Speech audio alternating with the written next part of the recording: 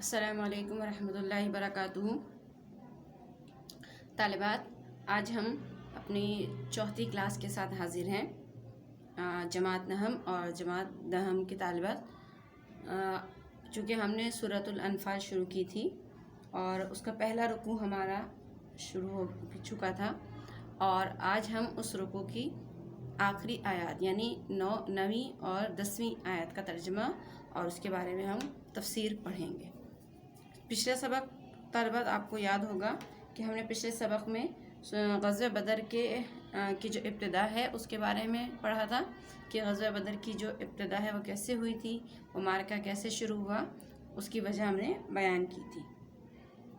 ٹھیک ہے طالبات، اور اس میں آپ کو شاید یاد ہوگا کہ یہاں پر یہ بھی ذکر کیا تھا کہ رسول اللہ صلی اللہ علیہ وسلم ایک تجارتی قافلے سے مقابلے کے لیے ایک مختصر تعداد کے ساتھ مدینہ سے آپ نکلے تھے۔ یعنی جب مسلمانوں کی تعداد یعنی صحابہ اکرام کی جو تعداد ہے ان کو شمار کیا گیا تھا تو صحابہ اکرام رضوان اللہ علیہم اجمعین کی تعداد 313 تھی۔ ٹھیک ہے طالبات، اور آپ کو یاد ہوگا یہ بھی کہ ہم نے یہ بھی ذکر کیا تھا کہ جو تجارتی قافلہ تھا جس کے سربراہ ابو سفیان تھے، وہ حضور اکرم صلی اللہ علیہ وسلم یا صحابہ اکرام کی سے دستے سے نکل کر وہ دریا کے کنارے سے ہوتے ہوئے وہ یعنی جا چکے تھے، لیکن ایک دوسرا فوجی لشکر جو ابو جہل کی قیادت میں مکہ سے ابو سفیان کے لشکر کی مدد کرنے کے لیے اور مسلمانوں سے مقابلہ کرنے کے لیے آ رہا تھا، تو اب مسلمانوں کا مقابلہ 1000 کے فوجی لشکر سے تھا اور اس کے مقابلے میں مسلمانوں کی تعداد 313 تھی۔ تو اس وقت رسول اللہ صلی اللہ علیہ وسلم نے جب دیکھا کہ آپ کے ساتھیوں کی تعداد 313 ہے اور چونکہ اسلحہ غیر مسلح بھی تھے اور مقابلے میں اس سے بڑھ کر یعنی تعداد زیادہ تھی 1000، اور وہ مسلح فوجی لشکر تھا جو فوجی لشکر یعنی جنگی ساز و سامان سے لیس تھا۔ اس وقت یہ صورتحال جب پیش آئی تو نبی کریم صلی اللہ علیہ وسلم نے اللہ رب العزت کی بارگاہ میں دعا کی۔ تو اس دعا یعنی یہ جو آیت ابھی ہم پڑھیں گے، یہ پس منظر میں یہاں پر اسی واقعے کا ذکر ہے۔ اس آیت کا جو سبب نزول ہے وہ یہی ہے کہ رسول اللہ صلی اللہ علیہ وسلم دعا مانگتے جاتے اور صحابہ اکرام رضوان اللہ علیہم اجمعین اس دعا کی میں آمین کہتے جاتے۔ ٹھیک ہے، آیت کا ترجمہ پڑھ لیتے ہیں تو پھر آگے مزید اس کے بارے میں پھر میں آپ کو اور بتاؤں گی۔ بسم اللہ الرحمن الرحیم۔ اذ تستغیثون ربکم، وہ وقت بھی قابل ذکر ہے کہ جب تم فریاد کر رہے تھے یعنی جب تم دعا مانگ رہے تھے اپنے پروردگار سے، یعنی نبی کریم صلی اللہ علیہ وسلم دعا مانگ رہے تھے، لیکن یہاں پر دیکھیں جمع کا صیغہ ہے۔ ماشاءاللہ آپ نے عربی پڑھی ہے تو یہ دیکھیں آپ کو یاد ہوگا یہاں پر یہ کم ہے اور یہ بھی جمع کا صیغہ ہے کہ تم سب فریاد کر رہے تھے، دعا مانگ رہے تھے، تو اس کی وجہ یہ کہ نبی کریم صلی اللہ علیہ وسلم دعا مانگ رہے تھے اور صحابہ اکرام رضوان اللہ علیہم اجمعین آمین کہہ رہے تھے، تو لہٰذا دعا میں وہ سب بھی شامل ہو گئے۔ اسی لیے یہاں پر ان کے آمین کہنے کی وجہ سے یہاں پر اس کو پوری جماعت کے ساتھ اس دعا کو منسوب کر دیا گیا۔ ٹھیک ہے، اذ تستغیثون ربکم، وہ وقت بھی قابل ذکر ہے یا وہ وقت بھی یاد کرو کہ جب تم فریاد کر رہے تھے، دعا مانگ رہے تھے، ربکم اپنے پروردگار سے۔ یعنی کیا دعا مانگی کہ اور نبی کریم صلی اللہ علیہ وسلم نے دعا مانگی تھی کہ جو دعا کے جو الفاظ ہیں، حضرت عبداللہ بن عباس رضی اللہ تعالیٰ عنہ کی روایت ہے، جو یہ کلمات ہیں اس کا مختصراً خلاصہ یہ آپ کو بتا دوں کہ آپ نبی کریم صلی اللہ علیہ وسلم نے دعا مانگی تھی کہ اللہ آپ نے مجھ سے جو وعدہ فرمایا ہے اس کو جلد پورا فرما دے، اور تھوڑی سی جماعت مسلمانوں کی اگر فنا ہو گئی تو اس زمین میں تیری کوئی عبادت کرنے والا باقی نہیں رہے گا۔ تو یہاں پر حضور اکرم صلی اللہ علیہ وسلم نے یہ دعا مانگی تھی، مدد کی دعا مانگی تھی اللہ تعالیٰ سے، تو جواب میں یہاں پر اسی آیت کا کے بعد جو آیت کا ترجمہ بھی ہم پڑھیں گے یہاں پر ہے فاستجاب لکم، فاستجاب لکم، پس اس نے تمہارے لیے دعا قبول کی تمہارے لیے، انی کہ میں، ممدکم ضرور بضرور تمہاری مدد کروں گا، بِأَلْفٍ مِّنَ الْمَلَائِکَةِ 1000 فرشتوں سے، الف کہتے 1000 کو، من الملائکہ 1000 فرشتوں کے ساتھ، مردفین جو ایک کے بعد آتے رہیں گے یعنی ایک کے بعد پیچھے لگاتار آتے رہیں گے۔ ٹھیک ہے، اس کو بھی ہم دوبارہ اس کو بعد میں ذکر کریں گے. یہ جو مردفین ہے 1000 فرشتوں کے، پہلے اس کا ترجمہ دوبارہ دیکھ لیں. فَاسْتَجَابَ لَكُمْ، بس اس نے تمہاری دعا قبول کی. انی ممدکم، کہ ضرور میں تمہاری مدد کروں گا 1000 فرشتوں کے ذریعے سے جو ایک دوسرے کے پیچھے آتے رہیں گے. اچھا، یہاں پر سورۃ الانفال میں اللہ رب العزت نے 1000 فرشتوں کی امداد کا وعدہ فرمایا. اور اس کے علاوہ دوسری جگہ پر اگر ہم قرآن کریم میں غزوہ بدر کے تناظر میں دیکھیں تو قرآن کریم میں دو مقام ایسے ہیں کہ وہاں پر بھی فرشتوں کی امداد کا ذکر ہے، یعنی غزوہ بدر میں. تو اب وہ اس کو دیکھ لیں. پہلے یہاں پر فرشتوں کے ذریعے امداد کی گئی اللہ تعالیٰ کی، اب یہاں پر اس آیت میں 1000 فرشتوں کے ذریعے سے، بِأَلْفٍ مِّنَ الْمَلَائِکَةِ 1000 فرشتوں کے ذریعے سے. ٹھیک ہے، یعنی اس کے علاوہ سورہ آل عمران میں، یہاں پر میں نے اسی لیے لکھ دیا تاکہ آپ کو یہ یاد رہے، ماشاءاللہ آپ حافظ قرآن ہیں. سورہ آل عمران میں 3000 فرشتوں کی مدد کا وعدہ فرمایا. أَلَنْ يَكْفِيَكُمْ أَنْ يُمِدَّكُمْ رَبُّكُمْ بِثَلَاثَةِ آلَافٍ مِّنَ الْمَلَائِكَةِ مُنزَلِينَ. ٹھیک ہے، یعنی 3000 فرشتوں سے جو آسمان سے اتارے جائیں گے، اترنے والے 3000 فرشتوں کے ذریعے سے مدد کروں گا. ٹھیک ہے، تمہارا پروردگار تمہاری مدد کرے گا.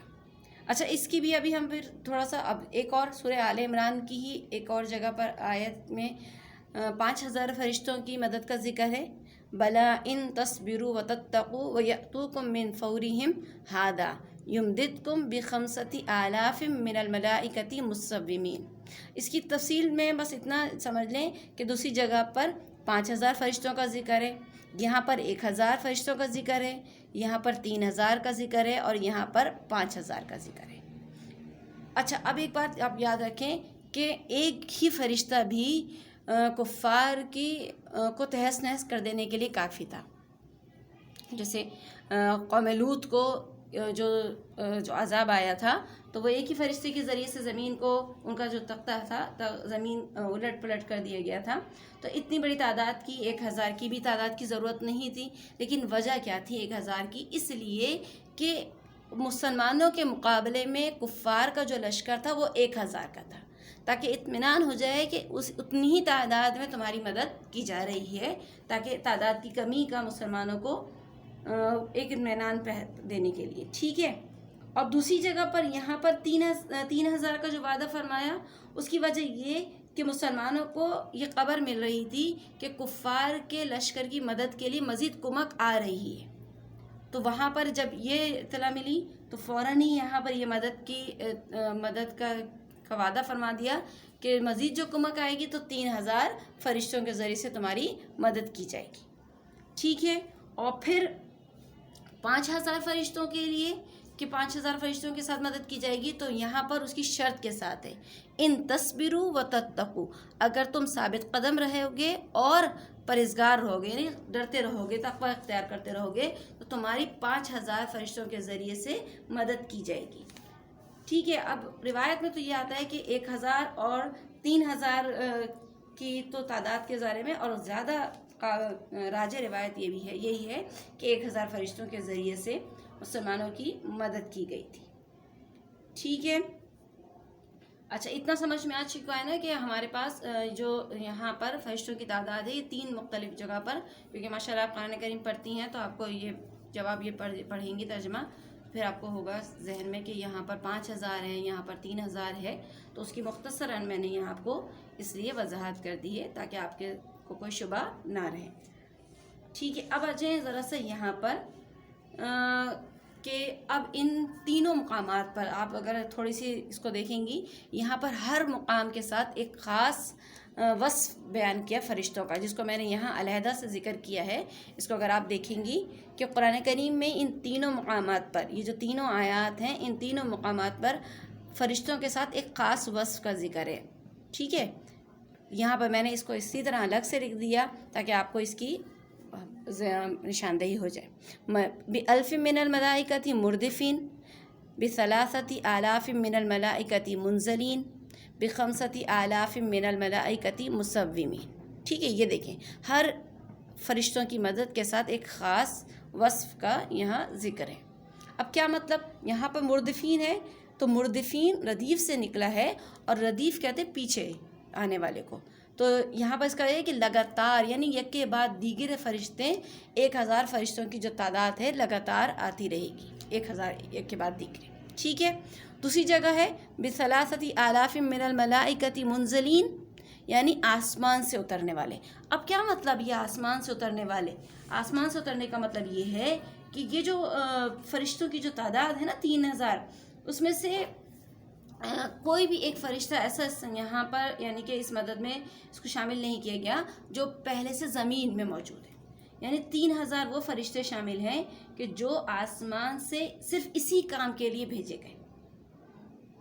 ٹھیک ہے، خاص اہتمام کے ساتھ 3000 فرشتے. منزلین کا مطلب یہ. اب تیسری جگہ پر ذکر ہے بخمسۃ آلاف من الملائکۃ مصومین. مصومین کا معنی ہے کہ خاص نشانی کے ساتھ، خاص علامت کے ساتھ. ٹھیک ہے. اب وہ خاص علامت کیا ہے؟ غزوہ بدر میں آنے والے فرشتوں نے ایک امامہ پہنا ہوا تھا سفید رنگ کا، جو سر پہ پہنا جاتا ہے. تو یہ خاص علامت کے ساتھ غزوہ بدر کی مدد کے لیے آنے والے فرشتوں کی علامت تھی. ٹھیک ہے. اب یہ 3 علامات آپ کو سمجھ میں آ گئی ہوگی. اب آگے ہم دوبارہ ترجمہ دیکھ لیجئے. اذ تستغیثون ربکم فاستجاب لکم انی ممدکم بألف من الملائکۃ مردفین. وہ وقت بھی قابل ذکر ہے جب تم اپنے پروردگار سے دعا کر رہے تھے. فاستجاب لکم، تو اس نے تمہاری دعا قبول فرمائی. انی ممدکم بألف من الملائکۃ مردفین، کہ میں ضرور بضرور تمہاری 1000 فرشتوں سے جو ایک دوسرے کے پیچھے آئیں گے مدد کروں گا. اب آگے مزید آیت نمبر 10 کا ترجمہ میں کرتی ہوں. آپ آیت سن لیجئے اور ترجمہ بھی غور سے سنیے گا. وما جعلہ اللہ الا بشرا. وما جعلہ اللہ الا بشرا، نہیں بنایا اس کو اللہ نے مگر خوشخبری. دیکھیے آپ میتھ بھی پڑھتے ہو، آپ کو پتہ ہے میتھ کا ایک اصول ہے مائنس مائنس پلس. تو عربی میں بھی ایک اصول ہے، جب 2 نفی جمع ہو جاتے ہیں تو ہم کبھی کیا ہم اس کا اس بات کا ترجمہ بھی کرتے ہیں. جیسے میں نے بھی ترجمہ کیا وما جعلہ اللہ الا بشرا، نہیں بنایا اس کو مگر خوشخبری. یعنی اس مدد کو کیا بنایا؟ نہیں بنایا مگر خوشخبری. اب اس کا ترجمہ ہم یہ بھی کریں گے، اس کو صرف خوشخبری ہی بنایا، یعنی اس مدد کو اللہ تعالیٰ نے خوشخبری بنایا. وَلِتَطْمَئِنَّ بِهِ قُلُوبُكُمْ، اور اس کے ذریعے سے تاکہ تمہارے دل اطمینان میں آ جائے، سکون میں آ جائے.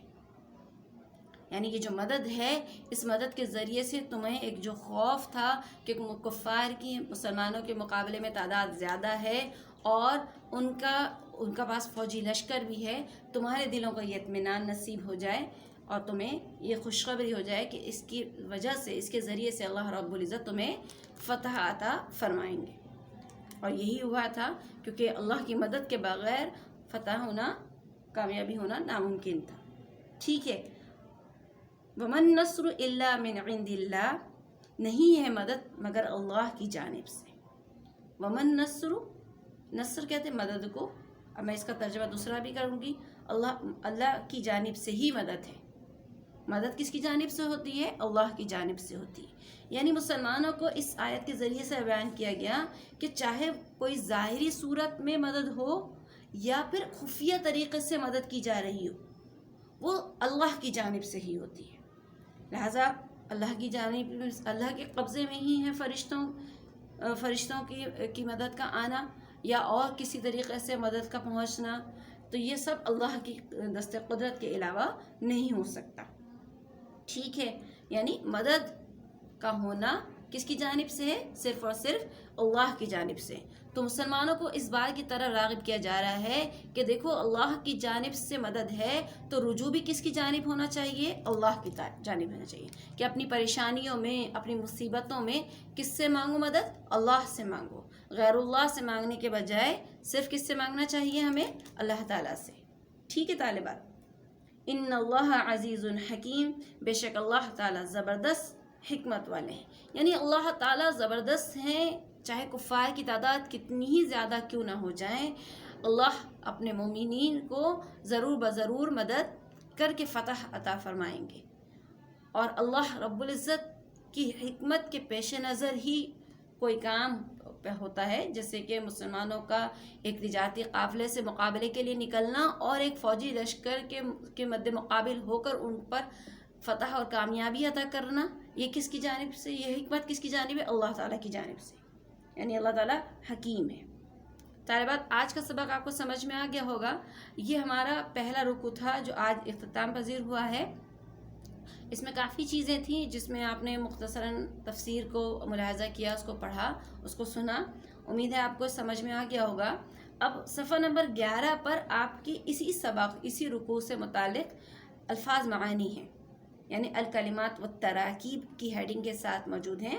تو ان الفاظ معانی کو آپ کتاب سے اچھی طرح سے یاد کیجیے اور ترجمے کو بھی کوشش کیجیے کہ آپ کتاب سے یاد کر لیں.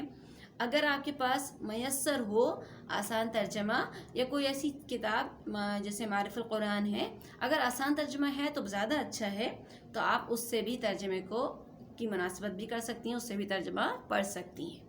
تو یہ ایک رکوع انشاءاللہ آئندہ کے سبق سے پہلے تک آپ اس رکوع کی تیاری کر لیں، اس رکوع کو اچھی طرح سے، اس کے ترجمے کو اور اس کو یاد کر لیں. تمرین کی طرف آتے ہیں. تمرین کے سوالات کو دیکھ لیجئے گا، کتاب میں پڑھ رہی ہوں، آپ دیکھیے گا سوال. اس سبق میں پہلا سوال ہے، اس سبق میں مومنوں کی کیا صفات بیان کی گئی ہیں؟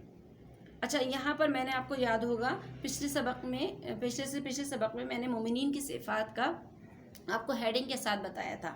تو آپ صفحہ نمبر 9 پر، یعنی ابتدائی درس میں مومنین کی صفات ذکر ہوئی ہیں. یہاں پر انما المؤمنون الذین اذا ذکر اللہ وجلت قلوبہم، یاد ہوگا آپ کو. آپ اس لیکچر کو دوبارہ دیکھ لیجئے گا تو آپ کو مومنین کی صفات اس ہیڈنگ کے ساتھ یاد. مختصراً آپ 2 لائنیں اپنے پاس سے لکھ کر یہ آیات کی دلیل دے سکتی ہیں. یہ ایک شارٹ سوال ہے، مختصر سوال آتا ہے 3 نمبر کا. تو یہ 5 ہیڈنگ ہے، چاہے وہ 3 نمبر کا سوال ہے، لیکن جو پوچھا جا رہا ہے وہ پورا آپ کو لکھنا ہے. مومنین کی صفات پوچھی گئی ہیں، تو مومنین کی کل 5 صفات ہیں.